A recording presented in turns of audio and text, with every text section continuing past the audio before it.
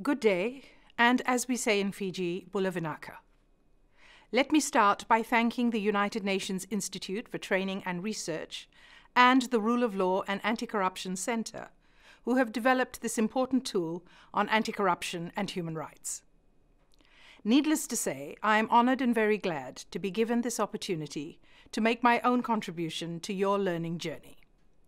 In this spirit, it is my great pleasure to warmly welcome you to Module 1 of the e-learning course on anti-corruption and human rights, mainstreaming anti-corruption for the effective promotion and protection of human rights. This first module is titled Unrolling the Links Between Anti-Corruption and Human Rights, and at its conclusion, you will be able to understand the effects of corruption on the enjoyment of human rights and identify the linkages between anti-corruption efforts and the full enjoyment, protection, and promotion of human rights issues.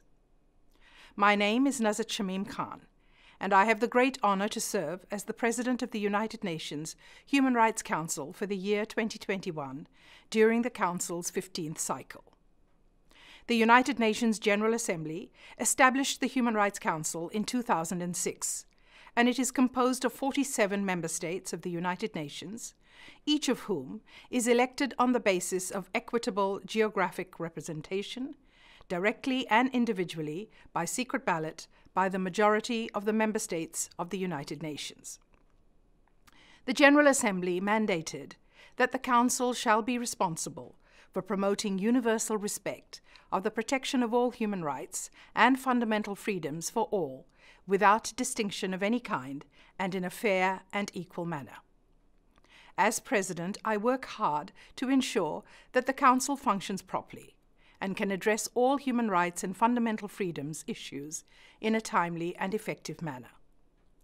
In this context, I am pleased to inform you that the Human Rights Council has undertaken significant work related to your first module on unrolling the links between anti-corruption and human rights, and this work clearly shows that corruption does negatively impact all human rights, whether they be civil and political rights or economic, social, and cultural rights.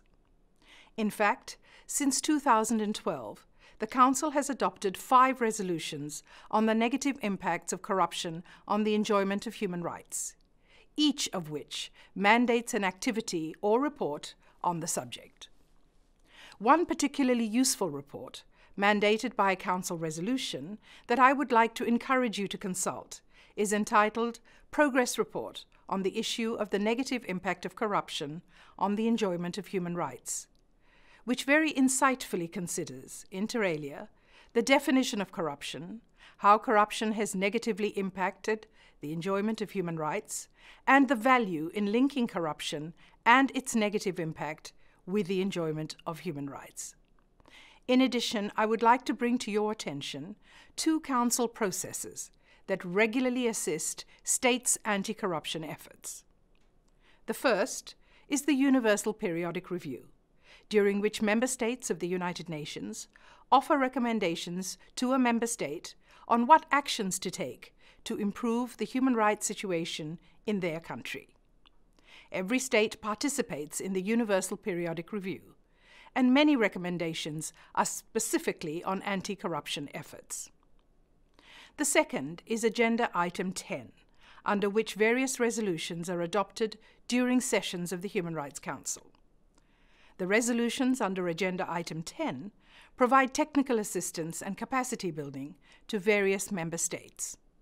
And this technical assistance and capacity building often focuses on helping those states strengthen good governance efforts, which in turn reduces corruption and helps to improve human rights. Each of these Human Rights Council resources and processes on anti-corruption is complemented by the efforts of other United Nations bodies to enhance anti-corruption efforts. Indeed, in 2003, the United Nations General Assembly adopted the United Nations Convention Against Corruption, which covers many different forms of corruption, such as bribery, trading in influence, abuse of functions, and various acts of corruption in the private sector. The Convention also outlines 5 areas of action on corruption, which are preventative measures, criminalization and law enforcement, international cooperation, asset recovery and technical assistance, and information exchange.